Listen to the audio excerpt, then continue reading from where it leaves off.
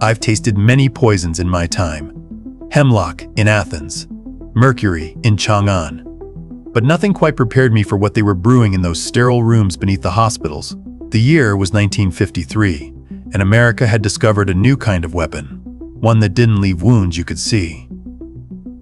Sidney Gottlieb had the kind of smile that made you check your drink twice. I first saw him in a basement laboratory at Fort Detrick, Maryland, watching through a two-way mirror as a volunteer soldier tried to describe the walls melting. The soldier was weeping, but Gottlieb was taking notes. "Fascinating," he kept saying. "Simply fascinating."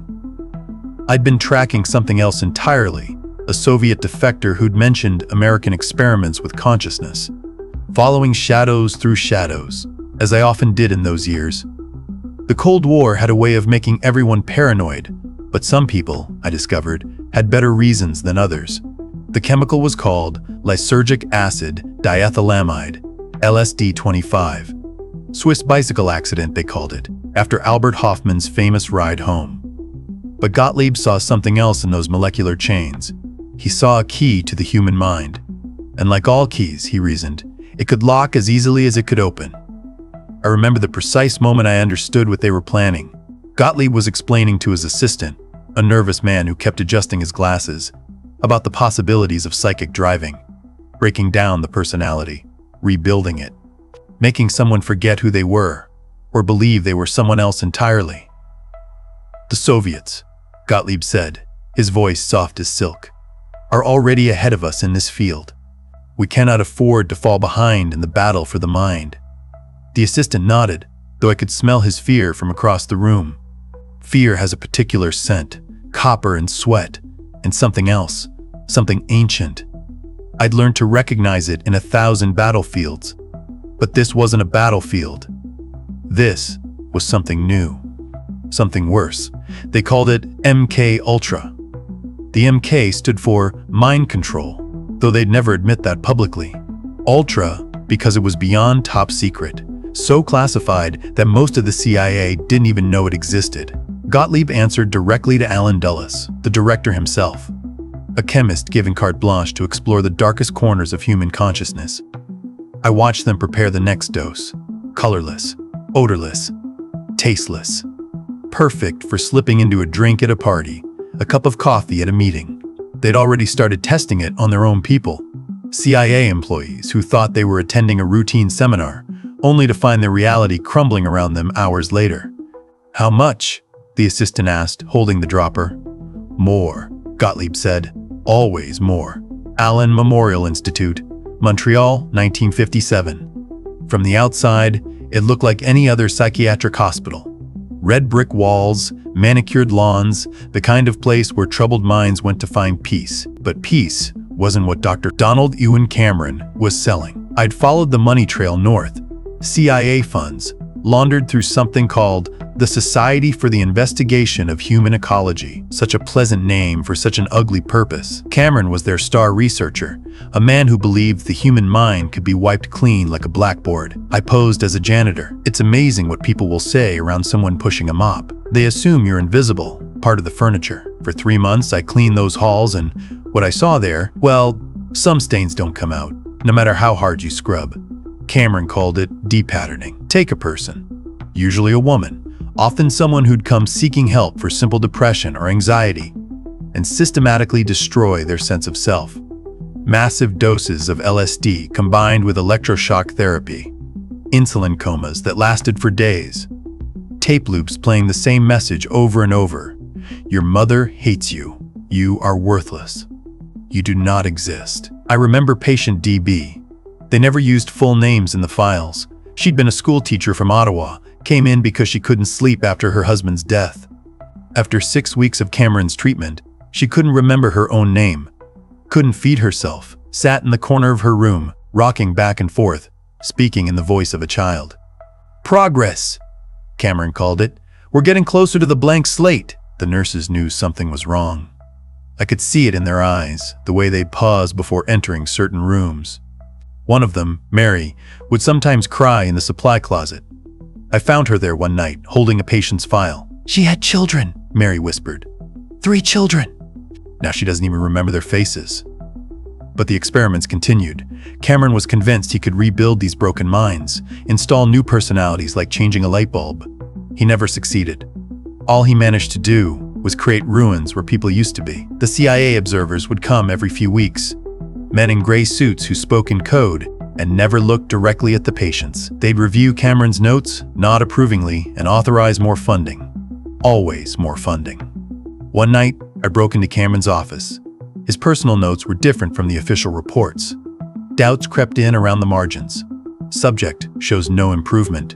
Regression beyond anticipated parameters. Permanent damage likely.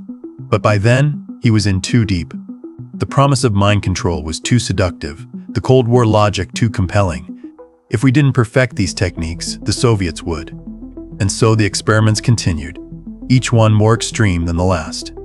I stayed as long as I could stand it. Watched them wheel in housewives and students and troubled souls, then wheel out hollow shells. The lucky ones eventually remembered fragments of who they'd been. The unlucky ones, well, some doors, once opened, can never be closed again. San Francisco, 1955. The CIA had decided that hospitals and laboratories weren't enough.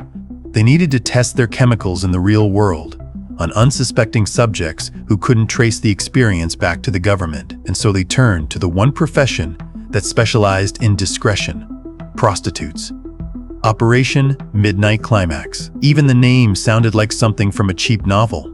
But George Hunter White, the man running it, was anything but fictional. I'd crossed paths with him during Prohibition, a federal agent who enjoyed his work a little too much. Now he had a new playground, a CIA-funded brothel in Telegraph Hill. I watched from a building across the street as they set up the apartment. Two-way mirrors behind every wall, recording equipment in the ceiling, a fully stocked bar where every bottle was laced with LSD. The women were hired from the Tenderloin District, given federal protection in exchange for their cooperation. Just slip it in their drink, White would tell them, demonstrating with a sugar cube. Then let us handle the rest.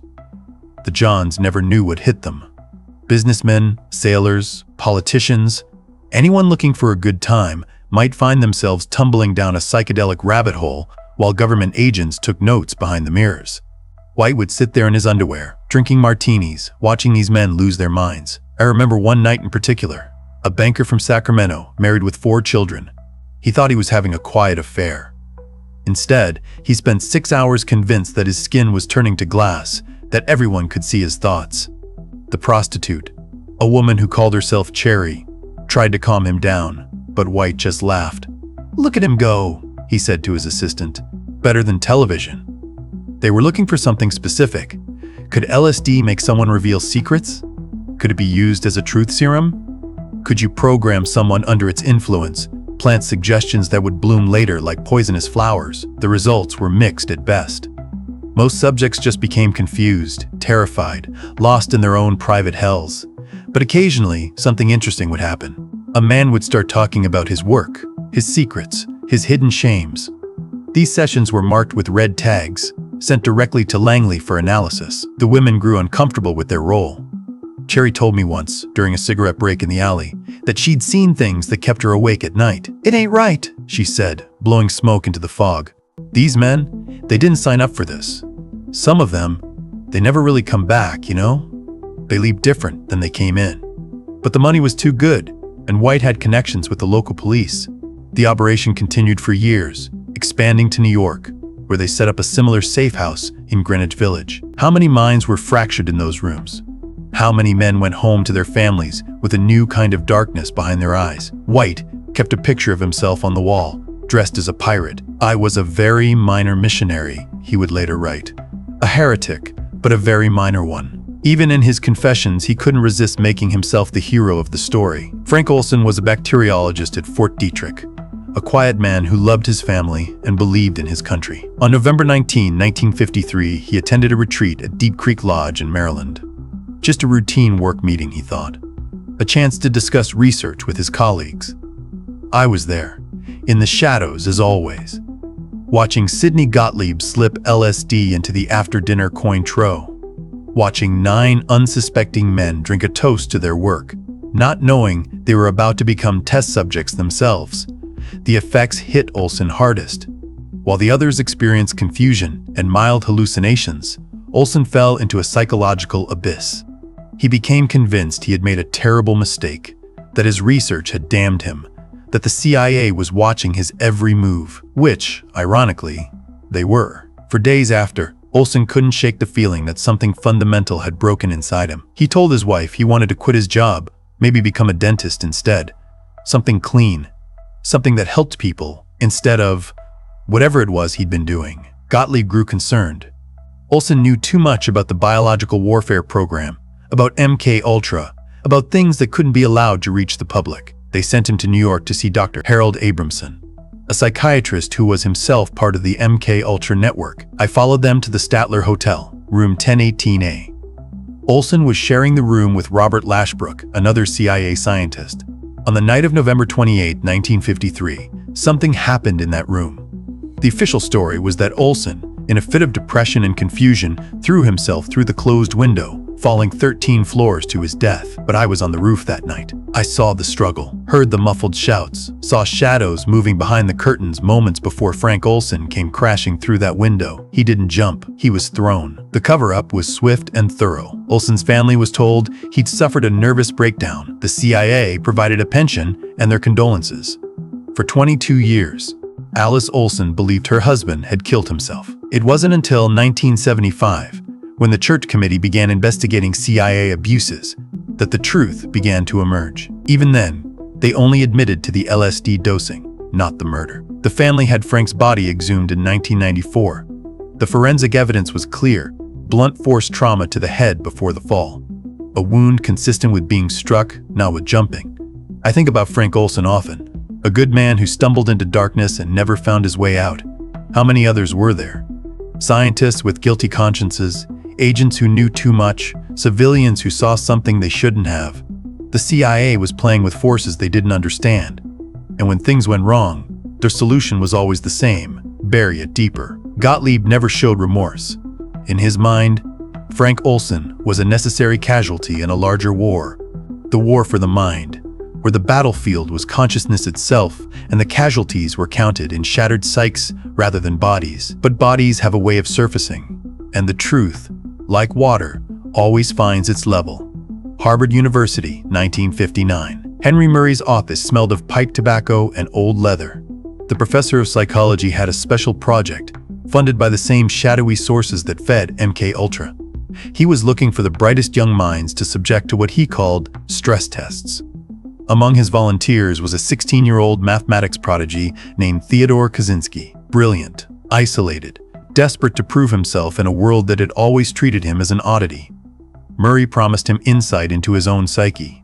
What he delivered was systematic psychological torture. I watched from my position as a graduate assistant, another convenient cover that allowed me to observe without suspicion.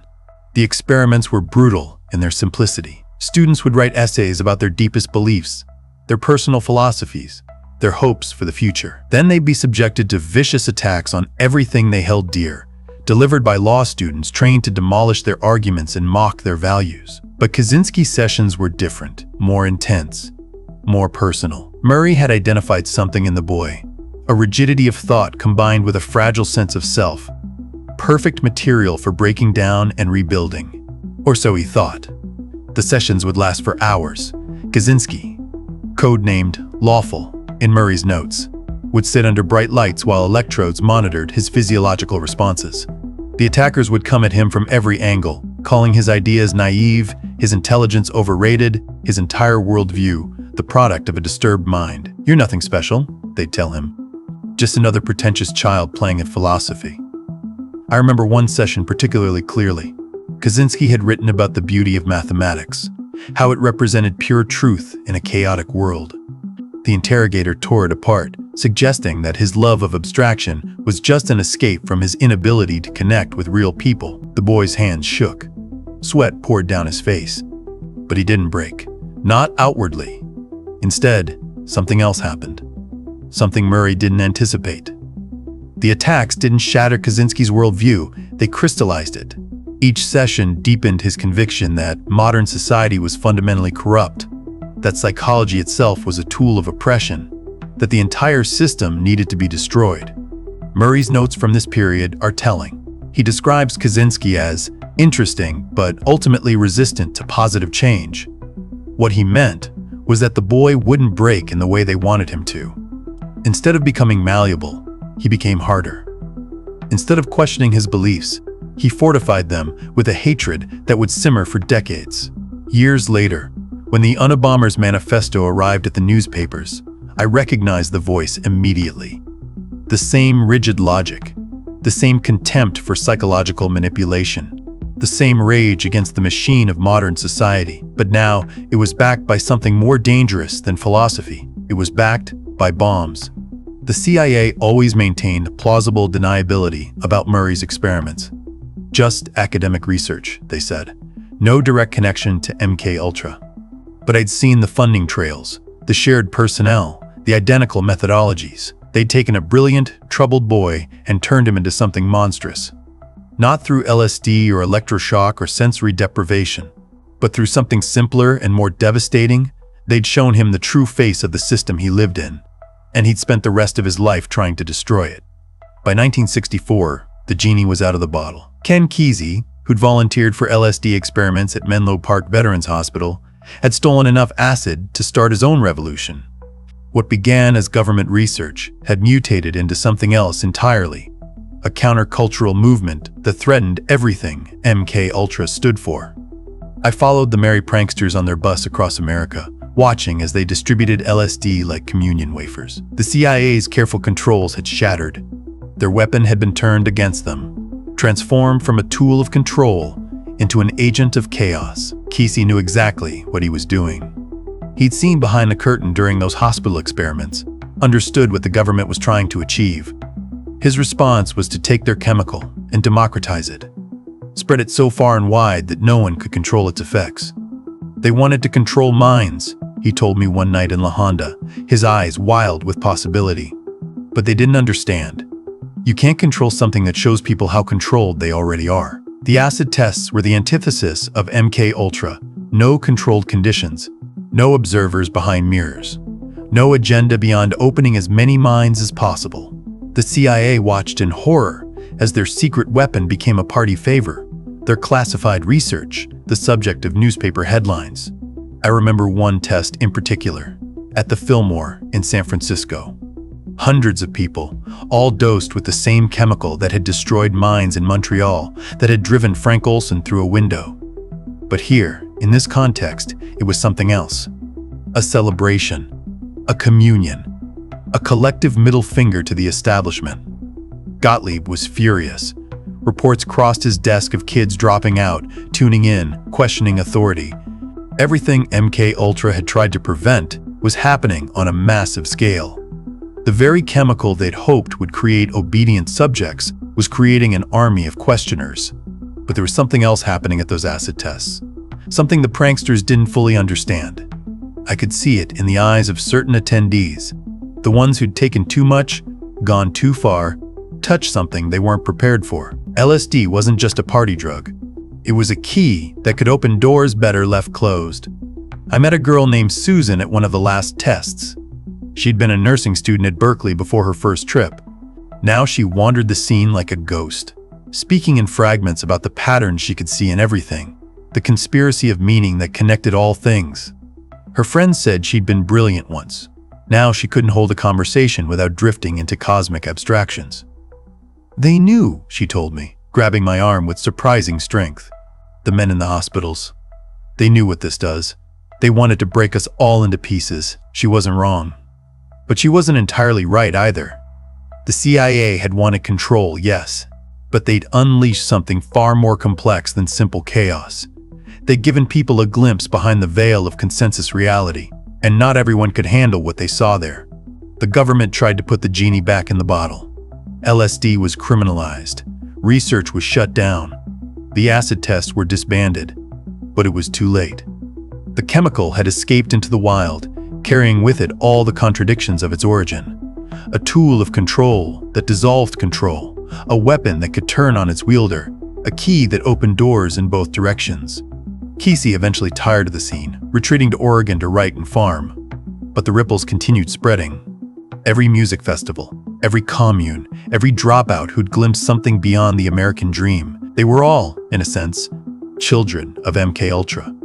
The CIA's greatest failure had become the counterculture's founding myth. Hollywood got it wrong, of course. The 1962 film imagined sleeper agents activated by playing cards, carrying out assassinations with robotic precision. The reality of MKUltra's assassination research was messier, more ambitious, and ultimately more disturbing. I was in the room when they first discussed it seriously. 1954, a secure facility in Maryland. Gottlieb and his team were reviewing the results from the early LSD trials. Someone, I believe it was Dr. Robert Hyde, raised the question that would consume them for the next decade. Could you create a programmed killer? Not through simple hypnosis or conditioning. They'd tried that already with limited success. But through a complete fracturing of personality, creating multiple identities within a single mind, each unaware of the others. One personality could be trained as an assassin, while the primary personality remained innocent, providing perfect cover. The research began immediately. They recruited subjects from prisons and psychiatric hospitals, people whose disappearances wouldn't be questioned. The techniques were refined from Cameron's work, but pushed even further. Massive drug cocktails, extreme sensory deprivation, hypnosis layered upon hypnosis, until the subject's mind resembled an onion of false memories and implanted commands. I watched them work on a subject they called A.M. Lash, a Cuban exile who volunteered, thinking he was training for the Bay of Pigs. Over 6 months, they systematically destroyed his original personality and built 3 new ones: a businessman, a playboy, and a killer. Each personality had different triggers, different memories, different skills. The businessman could pass any polygraph because he genuinely believed he was just a salesman. The playboy could infiltrate social circles, gathering intelligence without conscious awareness. And the killer? The killer could do what needed to be done and immediately forget, the memory locked away until activated by a specific phrase or image. It almost worked. In controlled conditions, A.M. Lash could switch between personalities on command, each one authentic and complete. But in the field, the walls between identities began to bleed. He'd be negotiating a business deal and suddenly remember garroting a training dummy. The playboy would wake up with the killer's dreams. Within a year, A.M. Lash had suffered a complete psychotic break. They found him in a Miami hotel room, having written 3 different suicide notes in 3 different handwriting styles. Each personality wanted to die for different reasons. But Gottlieb didn't see this as failure. He saw it as data. The next subjects would be younger, more carefully selected. The personality fractures would be more precisely controlled. They were so close to creating the perfect assassin, a weapon that didn't know it was a weapon until the moment of firing. Files I glimpsed suggested they may have succeeded, at least partially. References to operations in Congo, Guatemala, Vietnam, assassinations that didn't fit normal patterns. Killers who seemed genuinely shocked by their own actions, who had no memory of pulling the trigger. But perfect control remained elusive. The human mind, they discovered, has its own defense mechanisms. Push too hard, fracture too completely, and you don't get a programmed assassin. You get a shattered mirror, each piece reflecting a different, distorted reality. The Manchurian Candidate program was officially terminated in 1964. Unofficially, well, certain techniques had proven too valuable to abandon entirely. They just became more subtle, more refined. Instead of creating assassins, they focused on creating assets who could be influenced, guided, pushed in certain directions, without ever knowing they were being manipulated. Which raises an uncomfortable question. How many decisions that shaped history were made by people who thought they were acting of their own free will? August 1973. The Watergate scandal had everyone in Washington paranoid. Richard Helms, former CIA director, had been called to testify before Congress. Word was spreading that Senator Frank Church was planning a major investigation into CIA activities. In a nondescript office building in Langley, Sidney Gottlieb made a decision that would echo through history. "Burn it all," he said. I watched from the parking lot as CIA employees loaded box after box into industrial shredders. 20 years of MKUltra documentation. Thousands of files detailing experiments that pushed the boundaries of medical ethics and human decency. Financial records. Subject profiles. Results that we'll never fully understand. The destruction took 2 days. Gottlieb personally oversaw the operation, his face showing no emotion as decades of work turned to confetti. He'd already retired, officially. This was his last act of service to the agency, erasing the evidence of what they'd done in the name of national security. But Gottlieb made one mistake. The financial records, 7 boxes of invoices and payment authorizations, were stored separately from the operational files. Through a bureaucratic oversight, they survived the purge. It was these documents that would eventually expose MK Ultra to the world. I managed to glimpse some files before they were destroyed. The scope was staggering. We knew about the LSD experiments, the hospitals, the safe houses, but there was so much more. Research into electromagnetic frequencies that could influence behavior. Studies on creating amnesia through precisely calibrated trauma. Attempts to develop chemicals that could simulate heart attacks, strokes, cancer. Undetectable assassination tools. One file particularly haunted me. Subject 73B, a 7-year-old girl whose parents had volunteered her for behavioral studies in exchange for her medical bills being paid.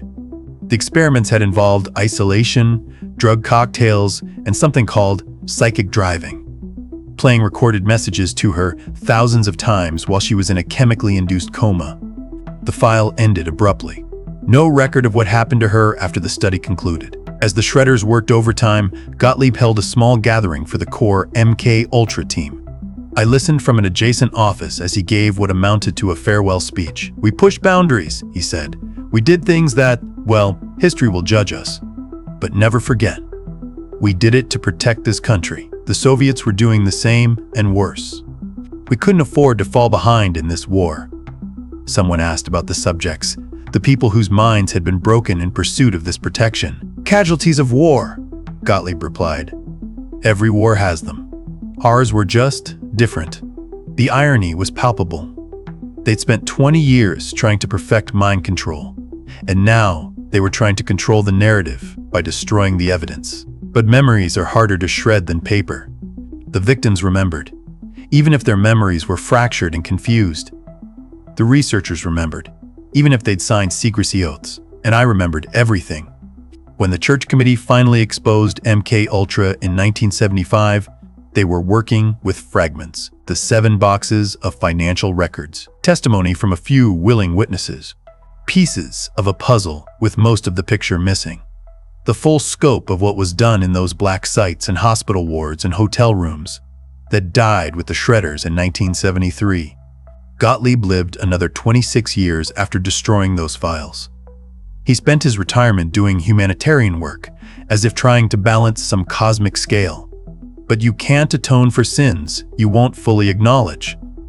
And the victims of MK Ultra, the ones who survived, they didn't get the luxury of retirement. 1975 was the year of reckoning.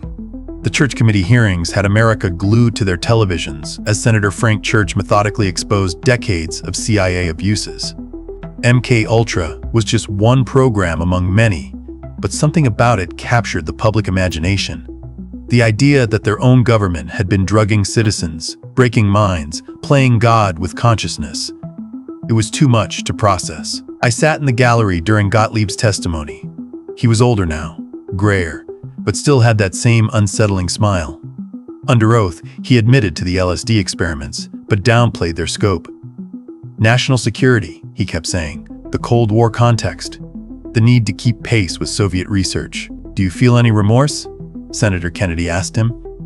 "For the people whose lives were destroyed?" Gottlieb paused. For a moment, I thought I saw something crack in his facade. Then he composed himself. "I regret that some individuals experienced adverse effects," he said carefully. "But I believe our research contributed valuable information to the field of psychiatry and helped protect American interests during a dangerous time." Valuable information. That's what he called the ruins of human minds. The survivors began coming forward. Some had spent years thinking they were crazy, that their memories of being drugged and tortured were delusions. Now they had validation, but no real recourse. The CIA claimed most of the records were destroyed.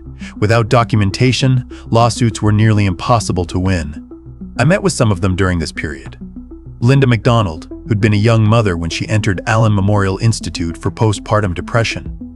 After months of Cameron's de-patterning, she couldn't remember her husband, her children, how to read or write. She'd had to relearn everything, rebuild her entire identity from scratch. "They stole my life," she told me, her hand shaking as she held a photo of children she couldn't remember giving birth to. "And now they say it was for national security. What nation is secured by destroying mothers?"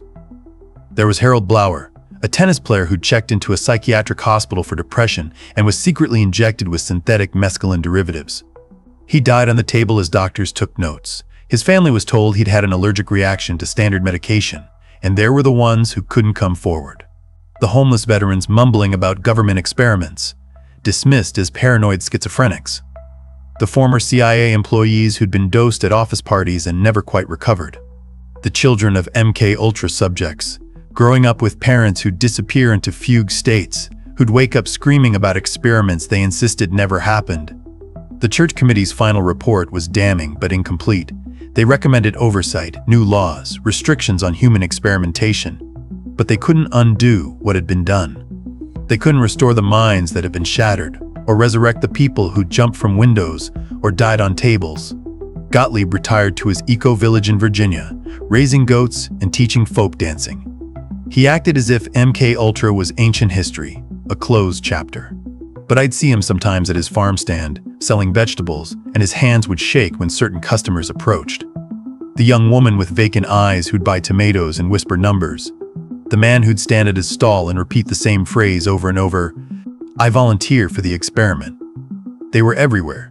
The walking wounded of MK Ultra, a secret army of broken minds scattered across America, living reminders of what happens when a government decides that consciousness itself is a battlefield. It's 2025 now, and people think MK Ultra is just history, a dark chapter from a paranoid time. They make movies about it, write conspiracy theories, treat it like some Cold War relic. But I still see its fingerprints everywhere. In Guantanamo Bay, where enhanced interrogation techniques bore an eerie resemblance to Cameron's de-patterning. In pharmaceutical companies pushing drugs that alter consciousness with side effects buried in small print. In social media algorithms designed to fracture attention and rebuild it in profitable patterns. The methods evolved, became subtler, but the goal remained the same. Control the mind, control the person. I visited the old Allen Memorial Institute last year. It's still a functioning hospital, though they've changed the name of the wing where Cameron did his work. A young psychiatrist gave me a tour, proudly showing off their modern, humane treatment methods. When I asked about the history, she grew uncomfortable. "That was a different time," she said. "We've learned from those mistakes." But in the basement, behind a locked door marked storage, I found them. The old ECT machines, the sensory deprivation chambers, the restraint tables, covered in dust, but preserved, like monuments to a war no one wants to remember fighting. The last surviving MK Ultra researchers are dying off now. Most took their secrets to the grave, but occasionally, one will break. Dr. Lewis West on his deathbed, rambling about the successes we couldn't report. Dr. Martin Orne, leaving behind journals that his family quickly sealed. They all had the same haunted look in their final days, as if the weight of what they'd done had finally caught up with them. The victims are dying too. Many never recovered, spending their final decades in a fog of confusion and fractured memories. Others rebuilt their lives piece by piece, only to have the trauma resurface in their twilight years. Nursing homes filled with elderly people who wake up screaming about experiments, dismissed as dementia when it might be something far more sinister. But the hardest truth is this: MK Ultra succeeded in ways its creators never intended. It proved that the human mind could be broken, consciousness could be altered, reality itself could be made malleable. That knowledge, once released into the world, could never be contained again. Every cult leader who breaks down followers' personalities to rebuild them in their own image. Every interrogator who uses sensory deprivation and drug cocktails. Every marketer who exploits psychological vulnerabilities to create need where none existed. They're all children of MK Ultra, whether they know it or not. Sidney Gottlieb died in 1999. The obituaries called him a pioneer in pharmaceutical research and mentioned his humanitarian work. Only a few noted his role in MK Ultra, and even then, they softened it. Controversial experiments. Cold War excesses.